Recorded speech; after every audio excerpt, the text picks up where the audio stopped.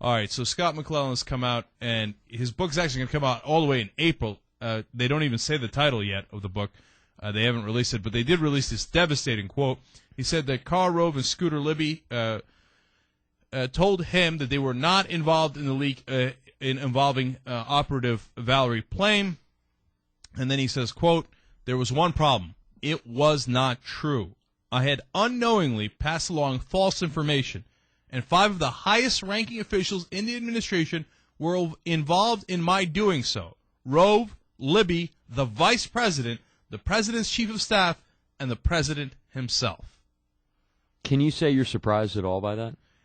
I am surprised, significantly surprised, that he wrote it down. No, I'm surprised by that, too. Yeah, that he admitted it. Because that's obviously what happened. We all knew that's what happened. But I didn't think any of them would admit it.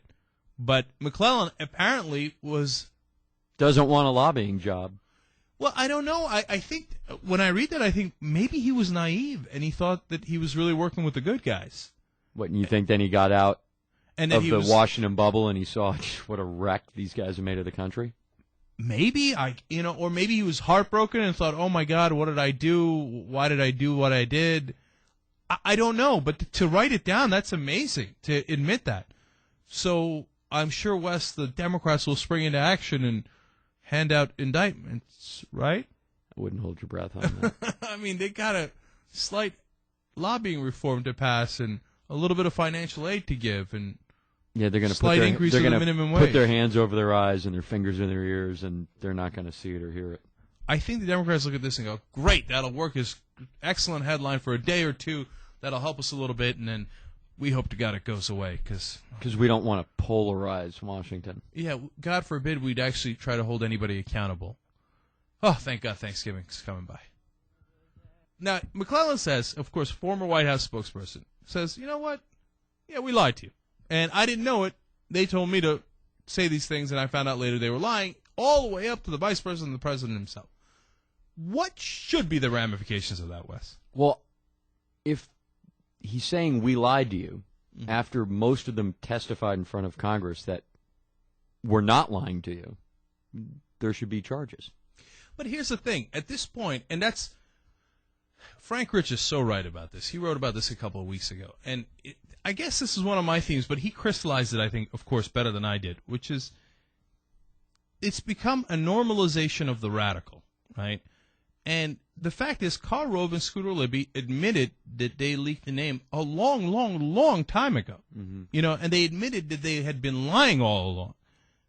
But there was never anything. I mean, yes, Libby, of course, was indicted and charged and convicted for the lying to the grand jury, and as it should be.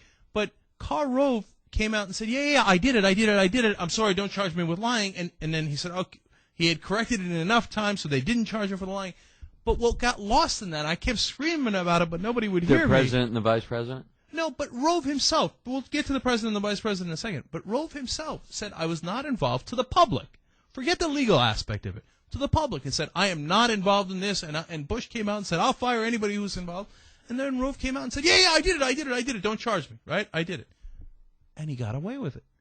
Yeah, but that's the corporate mentality of these guys, because they've all been, the corporations, they'll lie to you straight up. Mm-hmm. It's called advertising. But, I mean, they'll lie to you about everything until they're in Congress, and then maybe you'll get the truth out of them. So they do it just as a matter of, daily business. So, but when Rove did it, and he got away with it, and there should have been a clamor every single day from the Democrats and from the media itself, actually. Dude, there should have been a clamor when Katrina, wiped out New Orleans and the president was playing air guitar on a runway.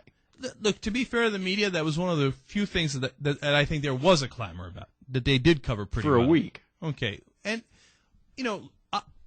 I'm trying to be as fair as possible to them. So I'll give them pass because they did cover Katrina and they did get outraged by it.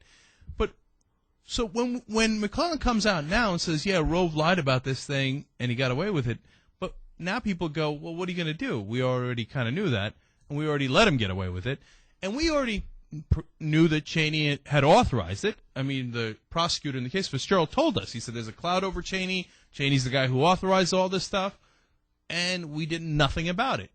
And so now when McClellan says finally there's no ands, ifs, or buts, we were all lying, you get to the point where you go, but we already didn't do anything about it, so we're kind of embarrassed that we didn't do anything, so we can't do anything now. Well, they didn't do anything about him lying about the war or lying about torture or lying about anything else. Exactly. There's no consequences.